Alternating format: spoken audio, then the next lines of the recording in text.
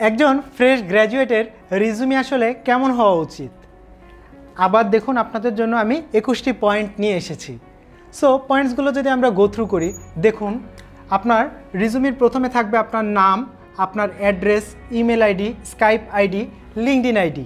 এরপর থাকছে আপনার career objective, key proficiencies, personal information, professional qualification, academic qualification, internship experience, part time working experience, volunteer working experience, extra curriculum activities, co-curriculum activities, training, corporate social responsibilities that is called CSR activities এবং membership, computer skill, language skill এবং লাস্টে গিয়ে দুইজনকে reference রাখতে হবে।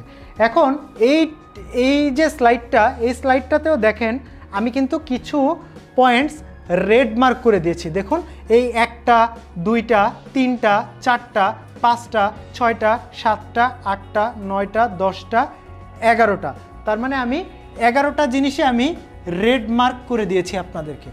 এখন আপনি কি একজন ফ্রেশ গ্র্যাজুয়েট? আপনি যদি একজন ফ্রেশ গ্র্যাজুয়েট হয়ে থাকেন এবং আজকে এক্ষুনি যদি আপনি আপনার রিজুমি তৈরি করতে বসেন, তাহলে আমাকে আপনি উত্তর দেন যে আপনি আসলে এই 11তে কত পান। আপনি কি 11তে 11ই পান, নাকি 11তে 10 পাচ্ছেন, নাকি 11তে 9 পাচ্ছেন, নাকি 11তে 2-3 পাচ্ছেন?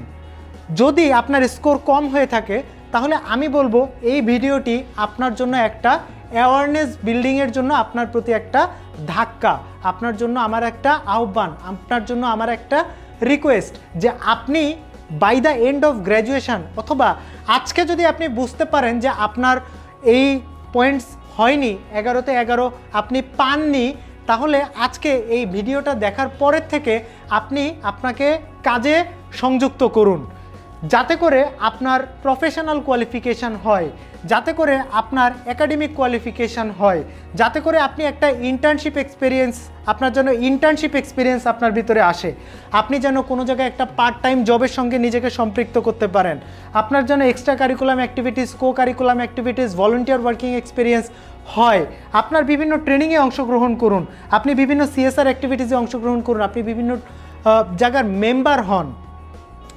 এই জিনিসগুলো আপনি যখন একটা কর্পোরেটে যাওয়ার জন্য যখন আপনি অ্যাপ্লাই করবেন, তখন কিন্তু আপনাকে অন্যদের তুলনায় অনেক গুণ এগিয়ে রাখবে। এখন দেখুন আমার যে জিনিসগুলো এখানে কালো জিনিস, যে কালো কালারের যে জিনিসগুলো মার্ক করা আছে আপনাদের এখানে, এই কালো জিনিসগুলো আমারও আছে, আপনারও আছে, কিন্তু এই যে লাল যে 11টা জিনিস, এই 11টা জিনিস কিন্তু সবার নাই। যেমন ধরেন আমার হয়তো প্রফেশনাল কোয়ালিফিকেশান আছে, আপনার হয়তো নাই, আপনার হয়তো এক্সট্রা কারিকুলাম অ্যাক্টিভিটিস আছে, আমার হয়তো নাই, আমি হয়তো কোনো জায়গার মেম্বার, আপনি হয়তো কোনো জায়গার মেম্বার না। তার মানে কি কোনো জায়গায় আপনি আমার থেকে এগিয়ে থাকবেন, কোনো জায়গায় আমি আপনার থেকে এগিয়ে থাকব। এখন একজন রিক্রুটারের কাছে যখন 5 জন ব্যক্তি যাবেন ইন্টারভিউ দিতে, তখন রিক্রুটারের কাছে কিন্তু ওই 5 জন ব্যক্তি সমান। কাকে সে নিবে, কিসের বেসিসে সে নিবে, কাকে সে ইন্টারভিউর জন্য কল করবে? আলটিমেটলি এই 11র মধ্যে যার স্কোর সবচেয়ে বেশি তাকেই তো ইন্টারভিউর জন্য কল করাটা স্বাভাবিক, তাই না?